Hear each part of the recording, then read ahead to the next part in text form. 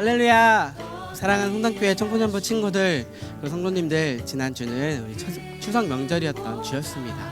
주님 안에서 복되고 또 즐거운 명절과 휴일이 되셨나요? 아직 고향에 계실 수도 있고 또 집에서 예배를 드리시는 분들이 있을 것입니다. 각자의 자리에서 또 각자의 상황에 맞게 예배를 드릴 텐데 함께 한 마음으로 또 한 하나님 앞에 나와 우리 함께 예배 드리기를 소망합니다. 오늘 말씀은 고린도후서 4장 7절에서 11절까지 말씀입니다. 고린도후서 4장 7절에서 11절까지 말씀입니다. 우리 함께 한 목소리로 읽어보도록 하겠습니다. 시작. 우리가 이 보배를 질그릇에 가졌으니 이는 심히 큰 능력은 하나님께 있고 우리에게 있지 아니함을 알게 하려 함이라. 우리가 사방으로 우겨쌈을 당하여도 쌓이지 아니하며 답답한 일을 당하여도 낙심하지 아니하며 박해를 받아도 버림받지 아니하며 거꾸러뜨림을 당하여도 망하지 아니하고 우리가 항상 예수의 죽음을 몸에 짊어짐은 예수의 생명이 또한 우리 몸에 나타나게 하려 함이라. 우리 살아있는 자가 항상 예수를 위하여 죽음에 넘겨짐은 예수의 생명이 또한 우리 죽을 육체에 나타나게 하려 함이라. 아멘. 우리가 지난주부터 고린도후서 말씀을 묵상하기 시작했습니다. 모두들 3달 전인 6월에 고린도전서를 묵상한 기억이 있으실 것입니다. 고린도후서는 바울이 고린도 지역의 성도들에게 편지를 보낸 내용입니다. 앞서 고린도전서를 보낸 바울이 다시 그들에게 편지를 보낸 내용, 그것이 바로 오늘 나눌 고린도후서의 말씀의 내용들입니다. 특별히 고린도후서 말씀은 바울 사도 자신의 사도의 자격과 또 자신의 사역을 변호하기 위한 목적과 또 거짓 교사들의 거짓 주장들을 반박하기 위해 쓰여졌다고 알려져 있습니다. 특별히 오늘 말씀은 바울을 비롯한 그리스도인들이 품고 있는 보배와 또 그것을 담고 있는 질그릇에 관한 내용입니다. 바울은 오늘 말씀 7절에서 우리가 이 보배를 질그릇에 가졌다라고 이야기를 하고 있습니다. 오늘 읽지는 않았지만 고린도후서 4장 1절에서 6절까지 말씀을 보시면 이 보배가 무엇인지 이야기를 하고 있습니다. 이 보배는 고린도후서 4장 7절 바로 앞의 내용인 6절에서 이야기를 하고 있습니다. 바로 그 보배는 예수 그리스도의 얼굴에 있는 하나님의 영광, 그리고 그 영광을 아는 빛이라고 이야기를 하고 있습니다. 이것은 우리가 알고 있는 말로 바꿔보면 바로 복음입니다. 예수 그리스도를 통해 나타난 하나님의 영광, 그리고 그 하나님과 하나님의 영광을 아는 빛은 복음을 통해 알게 되는 것입니다. 바울은 이 복음을 질그릇에 담고 있다라고 이야기를 하고 있습니다. 청소년부 친구들, 그리고 성도님들, 집에 부엌에 가보면은 여러 그릇들이 있을 것입니다.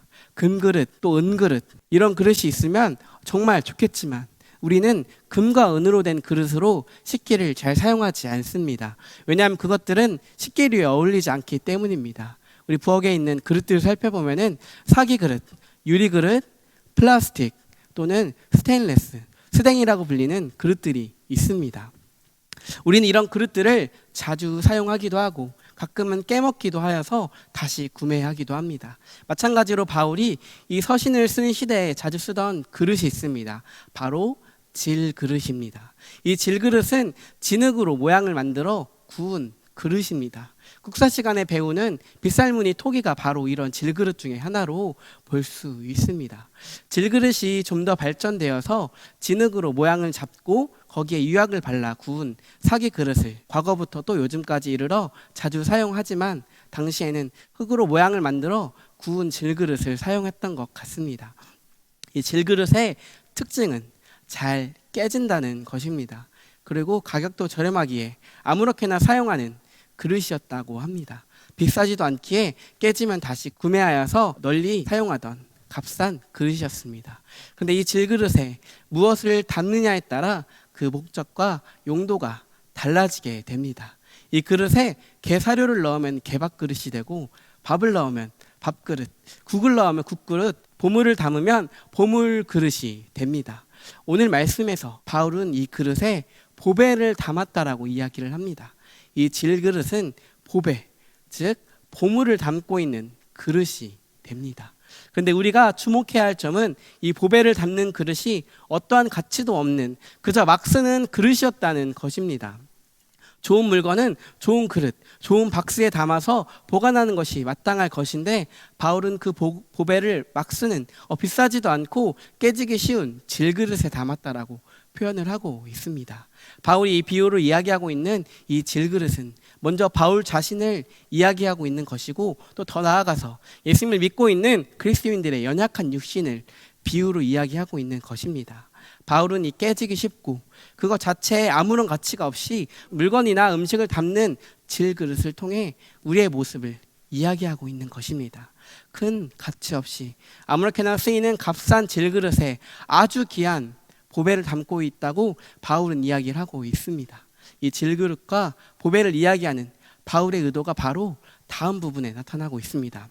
함께 7절 후반부를 읽어보도록 하겠습니다. 시작. 이는 심히 큰 능력은 하나님께 있고 우리에게 있지 아니함을 알게 하려 함이라. 아멘.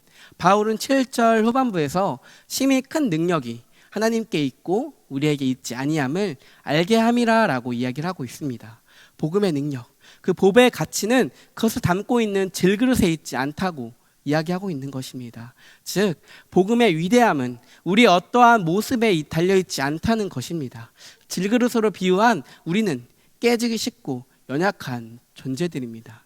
여기저기 굴러다니고 깨지면 다시 사면 그만인 질그릇에 비유했다는 것은 보배를 담는 질그릇인 우리 자체가 중요한 것이 아니라 우리의 모습이 중요한 것이 아니라는 것입니다. 바로 우리가 담고 있는 그 보배가 어떠한 것인가가 중요한 것입니다. 바울이 이 질그릇을 비유로 그리스도인들을 비유한 것은 몇 가지 의미에서 사용한 것을 우리가 생각해 볼 수 있을 것입니다. 첫 번째로 질그릇과 인간 모두 흙으로 만들어진 존재라는 것입니다.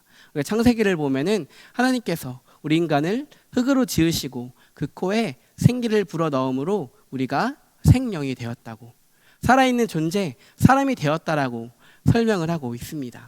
여기서 하나님의 숨은 성령님을 의미합니다. 하나님의 숨결이 들어온 흙으로 된 사람은 하나님을 우리 안에 품고 살아가는 존재로 창조된 것입니다. 우리가 창조된 그때부터 우리는 보배를 담고 살아가는 존재였던 것입니다. 그 두 번째로는 질그릇은 깨지기 쉬운 존재였다는 것입니다. 외부의 충격에 쉽게 부서지고 연약한 존재가 바로 이 질그릇이었습니다. 사람은 또 특별히 그리스도인들은 하나님의 능력으로 살아가는 존재들입니다. 하나님의 도움 없이는, 하나님의 힘을 주시지 않는다면 쉽게 무너지고 깨어지게 되는 연약한 존재가 바로 우리 인간입니다. 또한 세 번째로 질그릇 그 자체는 큰 가치가 없다는 것입니다. 질그릇 자체가 중요한 것이 아닙니다. 질그릇은 무언가를 담아 보관하거나 그 안에 음식을 담아 음식을 먹을 수 있게 하는 것이 목적인 것입니다. 그 안에 담겨 있는 것이 무엇인지를 부각시키고 또 그것을 보좌하기 위해 있는 것입니다. 마찬가지로 사람도 그렇습니다. 우리 안에 거하시는 성령님, 그리고 복음을 드러내는 것, 그것을 드러내는 통로로서 살아가는 것이 우리에게 중요한 것입니다. 물론 하나님은 우리 각 한 사람 한 사람의 인격을 존중해 주시고 우리 자체를 소중하게 여기시고 가치 있는 존재로 만들어 주셨고 그렇게 여겨 주십니다. 우리를 존중해 주시고 또 사랑해 주시고 소중하게 여겨 주시기는 하지만 중요한 것은 우리 안에 거하시는 성령님, 하나님이 드러나는 것이 중요하다는 것입니다. 죄로 말미암아 깨어진 인간의 모습과 또 인격은 왜곡되고 비틀어져 있기에 회복되어야 할 필요가 있는 존재들입니다. 깨어진 상태로는 하나님의 보배를 저는 담을 수 없는 상태입니다. 밑빠진 독, 또 바닥에 깨어진 질그릇에 아무리 많은 것, 좋은 물건과 음식을 담아도 일시적으로 그것을 담아둘 수는 있겠지만 그것을 계속해서 품고 있을 수 없습니다. 구멍난 곳을 메우고 또 깨어진 부분을 붙여 그릇으로서 모양이 회복되었을 때 거기에 담아 보관할 수 있게 되는 것입니다. 바울은 먼저 자신의 모습을 빗대어 질그릇에 보배를 담았다라고 이야기를 하고 있습니다. 바울의 삶, 선교사로서의 그의 삶을 돌아보면 수많은 고난과 아픔과 고통이 있었습니다. 엄청난 고난과 죽을 위기를 수차례 겪었던 그는 자신의 모습이 이런 질그릇과 같았다라고 본 것입니다. 너무나도 연약하고 무너질 수밖에 없는 자신의 연약함을 질그릇에 빗대어 표현을 하고 있습니다. 이어서 바울은 8절과 9절에서 네 가지로 자신이 당한 어려움들을 표현하고 있습니다. 첫 번째로 그는 사방으로 우겨쌈을 당하여도 쌓이지 않는다라고 이야기를 하고 있습니다. 사방에서 자신을 압박하고 모든 상황들이 자신을 고난으로 몰고 갈지라도 환난과 고난이 자신의 사역을 제한하지 못한다라고 고백을 하고 있습니다. 두 번째로 그는 답답한 일을 당하여도 낙심하지 않는다라고 고백을 하고 있습니다. 이 답답한 일이라는 것은 기가 막힌 일로라는 표현으로 표현해 볼 수 있을 텐데, 이것을 표현한 단어는 무슨 일이 일어나든지 어떻게 대응해야 할지에 대해서 혼란을 겪을 때 사용되는 단어라고 합니다. 바울은 자신의 사역 가운데 혼란스럽고 또 기가 막힌 일이 있더라도 그것이 자신을 절망으로 이끌지 못한다라고 고백을 하고 있습니다. 바로 하나님의 위로와 건지심이 있었기 때문입니다. 세 번째로 그는 박해를 받아도 버림받지 않는다라고 고백을 하고 있습니다. 모든 고난과 역경에도 하나님은 그를 버리지 않으셨다는 고백입니다. 그리고 마지막으로 네 번째는 그는 거꾸러뜨림을 당하여도 망하지 않는다라고 고백을 하고 있습니다. 바울을 폭행하고 죽음으로 몰고 간 고통과 시련이 그의 목숨과 사역을 끝내지 못했다는 고백입니다. 이런 고백을 하는 바울의 삶을 하나님이 붙드시고 보호해 주셨기 때문에 그는 보화를 담은 그릇으로서 하나님의 큰 능력을 드러내고 있는 것입니다. 연약하고 수많은 고난과 또 시련을 견딜 수조차 없는 바울을 하나님의 큰 능력으로 이끌어 오시고 보호해 오신 것입니다. 이런 모습을 바울은 10절에서 우리가 항상 예수의 죽음을 몸에 짊어졌다라고 표현을 하고 있습니다. 예수님께서 고난받으신 것처럼 죽음으로 나아가신 것처럼 우리 그리스도인들도 예수님의 고난에 동참하며 핍박과 시련에 노출되어 있음을 보여주고 있습니다. 특별히 바울이 살던 그 시기에는 수많은 핍박과 고난들이 존재하던 때였습니다. 그러나 고난과 죽음에 시련과 순교에 노출되어 있던 그리스도인들의 몸에는 예수의 생명이 또한 나타나고 있었습니다. 역사적이게 그리스도인들에게 주어진 수많은 고난과 고통, 시련과 핍박은 예수님의 생명, 부활의 소망과 영생을 드러내주고 있다는 것입니다. 어려움과 핍박이 가득하던, 고난과 시련이 몸에 넘쳐나던 그 시대, 죽을 위기에까지 몰렸던 바울은 자신의 몸에 고난이 넘쳐난 것 같이 그 안에 예수님의 생명이 넘쳐남을 고백하고 있습니다. 코로나와 또 경제적인 어려움 속에 살아가고 있는 이 시대에 살아가고 있는 우리들, 당시에 바울의 고난과 죽을 위기와는 비교되진 않겠지만 우리 또한 나름대로의 어려움과 각자의 고난 속에 살아가고 있습니다. 이런 어려움 속에 살아가고 있는 우리들에게 성경은 분명히 이야기하고 있습니다. 우리에게 고난과 어려움이 넘쳐남은 당연한 것이라고, 2000년 전에도 2020년을 살아가고 있는 우리에게도 고난과 죽음을 짊어지는 어려움이 각처에 도사리고 있다라고 이야기를 하고 있습니다. 그런데 그것이 끝이 아니라고 동시에 말하고 있습니다. 우리의 고난과 아픔, 죽을 위기인 시련들이 가득함과 동시에 하나님의 생명, 예수님의 생명이 넘쳐나고 있다라고 말하고 있습니다. 우리는 그리스도 안에서 이미 죽었고 그리스도로 말미암아 다시 살아난 존재들입니다. 전국 소망을 품고 살아가는 존재가 바로 우리 그리스도인들입니다. 우리에게 주어진 고난과 아픔들, 시련과 고통에 한없이 무너질 수밖에 없는 질그릇과 같은 연약한 존재이지만 질그릇인 우리는 하나님의 복음, 천국 복음을 담고 있는 존재들입니다. 고난과 시련이 넘쳐나지만 질그릇인 우리에게는 부활과 생명, 복음이 담겨 있습니다. 세상 어느 것으로도 바꿀 수 없는 그 보화가 우리 안에 존재하고 있습니다. 큰 가치가 없고 아무것도 아닌 것 같은 굴러다니는 질그릇이기에 더욱 보화가 값지고 엄청난 능력임을 드러나게 됩니다. 하나님은 언제 깨져도 이상할 것 없는 연약한 질그릇인 우리를 통해 복음의 능력, 하나님의 능력을 드러내주고 계십니다. 어려움과 고난이 가득한 우리들에게 바울은 성경을 통해 이렇게 이야기하고 있습니다. 그런 고난과 아픔과 고통이 우리를 향한 하나님의 사랑에서 끊을 수 없다. 우리를 둘러싸고 있는 상황과 환경이 우리를 우겨싸려고 하지만 기가 막힌 일들이 가득하여도 박해를 받아도 세상이 우리를 거꾸러뜨리려 하여도 우리를 보호하시는 하나님이 그리스도 안에서 항상 이기게 하신다라고 바울은 이야기를 합니다. 사랑하는 성남교회 청소년부 친구들, 성도님들, 우리에게 주어진 고난과 박해, 핍박과 조롱, 죽음이 우리를 향한 하나님의 사랑으로부터 우리를 끊을 수 없습니다. 고난이 넘치지만 죽음으로 점점 더 다가가고 있는 우리지만 하나님은 우리를 보호하시고 우리에게 생명을, 복음을 심어두심으로 결코 우리는 죽지 않게 될 것입니다. 코로나로 인해 어렵고 경제가 어려워 가정 형편이 어려워지고 삶에 지치고 고통스러울지라도 우리 안에 있는 보배, 하나님의 복음, 하나님의 영광을 아는 빛이 우리 안에 있기에 우리는 그분으로 말미암아 살아있는 존재, 생명을 소유한 존재로 살아가게 됩니다. 죽어도 살아있는 존재이며 살아도 영생을 소유한 존재가 바로 우리입니다. 앞으로의 삶은 더욱더 어렵고 핍박과 고난이 가득할 수 있습니다. 수많은 학교의 시험들과 입시의 문제들, 취업의 문제들, 경제의 어려움들이 우리 앞에 놓여 장애물이 되어 우리를 가로막고 하나님으로부터 멀어지게 하려고 할 수 있습니다. 질그릇과 같이 연약한 우리를 언제든지 깨트리려고 기회를 엿보고 있을 것입니다. 하지만 보배를 담고 있는 우리는 결코 그 어려움으로 낙담하거나 무너지지 않게 될 것입니다.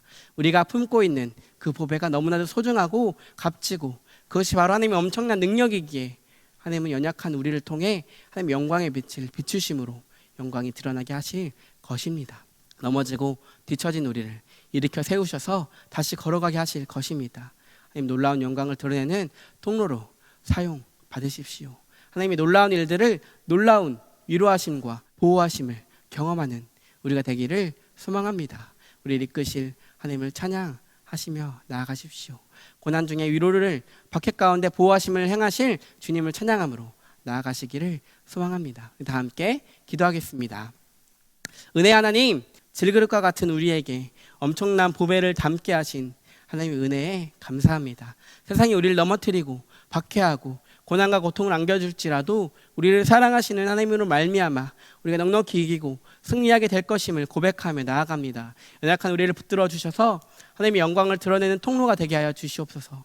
우리의 삶이 하나님을 드러내는 삶이 되게 하여 주시고 우리를 그런 존재로 불러주셔서 감사합니다. 질그릇과 같이 큰 가치 없고 쉽게 깨어질 수밖에 없는 우리를 택하여 사용하시고 우리에게 예수님의 생명까지 허락해 주셔서 감사합니다. 생명을 소유한 자로서 합당한 삶을 살아가기 원합니다. 우리에게 고난이 넘친같이 예수님의 생명이 넘쳐남을 고백하며 나아갑니다. 우리 입술에 주님을 향한 고백과 찬양이 넘치게 하여 주시옵소서.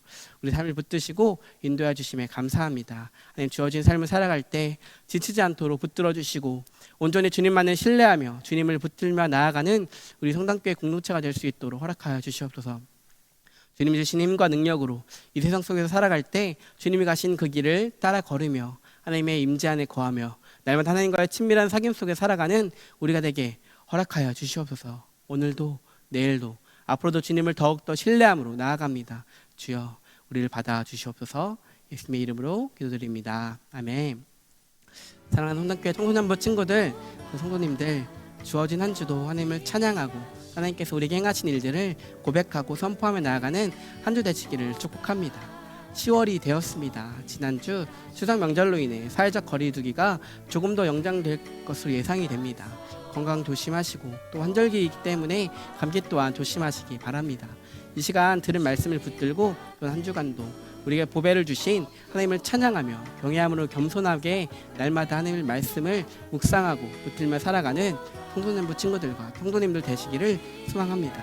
하나님 주시는 평안과 또 기쁨이 넘치는 한 주 되기를 바라고 소망하며 건강한 모습으로 다음 주에 또 만나도록 하겠습니다. 샬롬.